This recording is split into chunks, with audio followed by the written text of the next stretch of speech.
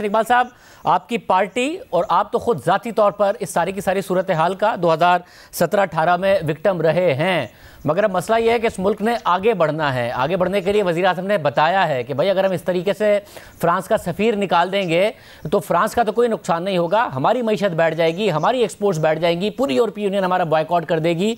सब आप ज़ाहिर है खुद भी समझते हैं, मईशत को भी समझते हैं, आप भी समझ रहे हैं इस सारी की सारी सूरत हाल को कि जो आपके साथ हुआ वो पॉलिटिक्स अब नहीं होनी है आगे। अगर हुई तो ये मुल्क आगे नहीं बढ़ पाएगा। आपके इत्तेहादी मौलाना फजल रहमान ने ज़रूर बयान दिया, नून लीग की तरफ से नहीं आया। आप समझते हैं कि इस वक्त हुकूमत को आपकी भी सपोर्ट की ज़रूरत है अगर इस मुल्क में आगे चलना है? देखिए शाहजेब, इस वक्त पाकिस्तान एक बहुत डिफाइनिंग मोमेंट पे खड़ा है और मैं ये बात बहुत एतमाद के साथ कह रहा हूँ कि PMLN ने एक बहुत जिम्मेदारी का सबूत दिया है। हमें मालूम है आज इमरान खान साहब ने जो अपनी तकरीर में कहा कि PMLN भी सिचुएशन को एक्सप्लॉइट कर रही है, तो मैं उनको अर्ज़ करना चाहता हूं कि मैं आपको बताना चाहता हूं कि जो सिचुएशन एक्सप्लॉइट करते हैं वो क्या करते हैं। आप ज़रा 2017 में जाइए और उस वक्त की अपोजिशन पाकिस्तान तहरीक इंसाफ और इमरान नियाज़ी साहब और उनके जो आज वज़रा हैं इनके बयानात देखें। और मैं तो पूरा इलेक्शन उस नैरेटिव के ऊपर लड़ा हूं कि जो मेरे खिलाफ मज़हब कार्ड इस्तेमाल किया था PTI ने, हमारे घरों पे हमले कराए, खुद लीड किए। तो आज मुस्लिम लीग नून ने तो कोई ऐसा पेट्रोल नहीं छिड़का सूरत हाल को मज़ीद ख़राब करने के लिए, क्योंकि हम समझते हैं कि पाकिस्तानी किसी का भी खून बहे, चाहे वो शहरी है चाहे वो लॉ एनफोर्समेंट का कोई फ़र्द है, वो पाकिस्तानी है। और ये एक ऐसा इशू है कि हर मुसलमान के लिए ये ब्लाइंड स्पॉट है। हज़रत मोहम्मद मुस्तफ़ा सल्लल्लाहु अलैहि वसल्लम की हुर्मत, उनकी शान, उनकी ख़त्म नबूवत, इसके ऊपर हर मुसलमान बहुत सेंसिटिव है, इमोशनल है। लिहाजा हुकूमत ने इस पूरे मसले को जिस तरह हैंडल किया है, वो मैं कहूँगा कि जो इनकी 3 साल की एक नाअहली की दास्तान है उसमें एक तसलसल है। मैं आपने जो बात की एम्बेसडर की, क्या जब हुकूमत ये मुआहदा कर रही थी तहरीक लबैक के साथ तो उन्हें ये रैमिफिकेशंस का एहसास नहीं था? अगर ये हुकूमत इतनी लाइल्म थी कि इसको दस्तखत करने के बाद पता चला है, तो वैसे ही इनको मुर्गा बना देना चाहिए कि आप इतने नालायक कैसे हैं कि आपको पता नहीं है कि स्टेट क्राफ्ट के अंदर चीज़ें कैसे चलती हैं और बाद में अब आके ये आप बातें कर रहे हैं। तो आपने तो एक जवाब खुद फराहम किया है। जब आपने मुआहदा कर लिया तो अब जिसके साथ मुआहदा किया है वो तो ये शिकायत करने में हक बजाने में कि आपने उसे पूरा नहीं किया। आपने क्या वजारत खारजा से मशवरा किया था जब एम्बेसडर की आप कमिटमेंट कर रहे थे? क्या आपने मुल्क के दीगर इदारों से मशवरा किया था?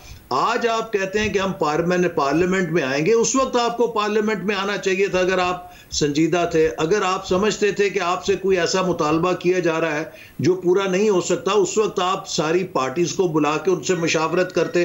आज अगर आपने उलमा को इसमें शामिल किया है तो क्या ये मुज़ाकरात इस एक्शन से पहले नहीं हो सकते थे?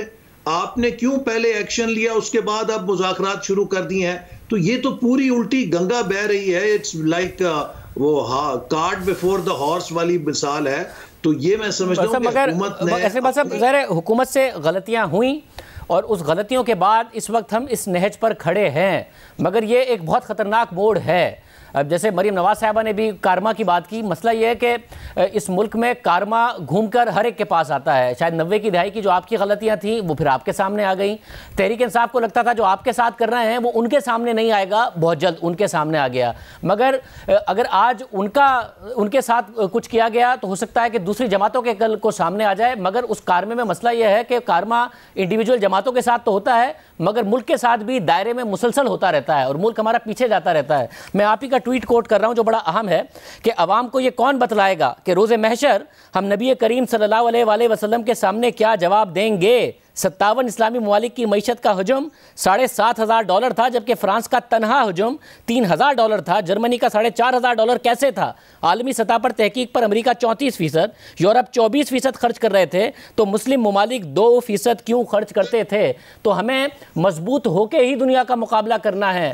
ये नहीं हो सकता जो हो रहा है, और अगर इसके साथ किसी ने भी साथ दिया तो हमारा मुल्क ही पीछे जाएगा।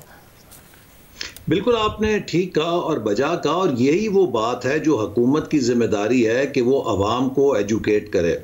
और मैं समझता हूँ कि इस वक्त जो हमारे सामने पिछले कई डेकेड्स का मलबा है जो भी मुस्तकबिल का रास्ता है उसमें हमें कौमी यकजहती की बुनियादों को तलाश करना है। हम मिलकर ही इन मसाइल को हल कर सकते हैं। लेकिन अगर आज आप देखिए प्राइम मिनिस्टर साहब की तकरीर, उन्होंने उसमें गलत बयानी की कि सलमान रुश्दी ने जब किताब लिखी तो नवाज शरीफ प्राइम मिनिस्टर था, उन्होंने क्या किया है। सलमान रुश्दी ने 1988 में किताब लिखी, नवाज शरीफ साहब प्राइम मिनिस्टर बने 1990 में।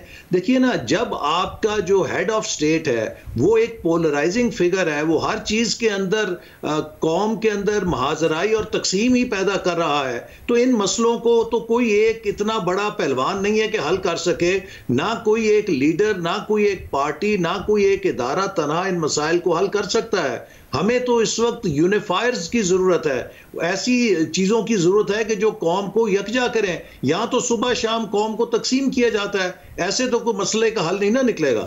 साहब, मगर फिर मुझे बताइएगा कि क्या इस वक्त हल है? अगर ये मसला पार्लियामेंट में आता है तो फिर नून लीग का क्या रद्द-ए-अमल होगा, किस तरीके से वो इस मामले को डील करेगी? आप खुद भी इस बात को समझते हैं कि ये हल नहीं है कि हम फ्रांस के सफ़ीर को मुल्क बदर कर दें, उसके बाद पूरी यूरोपीय यूनियन हम पर पाबंदियां लगाना शुरू कर दे, हमारी बरामदात बैठ जाएं, कल को आपकी हुकूमत आएगी इस मसले से नहीं डील कर पाएगी। हम इस मामले में कोई 1 साल पीछे नहीं जाएंगे, 15-20 साल पीछे चले जाएंगे। तो इसका हल क्या है आपकी नज़र में?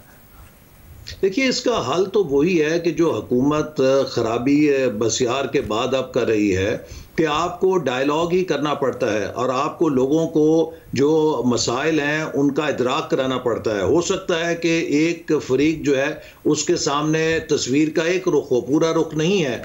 तो ये तो वही तब हो सकता है कि जब कोई ऐसी हुकूमत हो जो डायलॉग पे यकीन रखे, जो इंक्लूसिव गवर्नेंस पे यकीन रखे। यकीन कीजिए कि मैं कन्विंस्ड हूँ कि जितनी देर अब ये हुकूमत है ये पाकिस्तान को मज़ीद पोलराइज करेगी, हमारे मसाइल को मज़ीद ख़राब करेगी। और इसलिए हम कहते हैं कि इमरान साहब को अब समझ जाना चाहिए कि उनकी लिमिट से काम बाहर है। He is not fit for this job.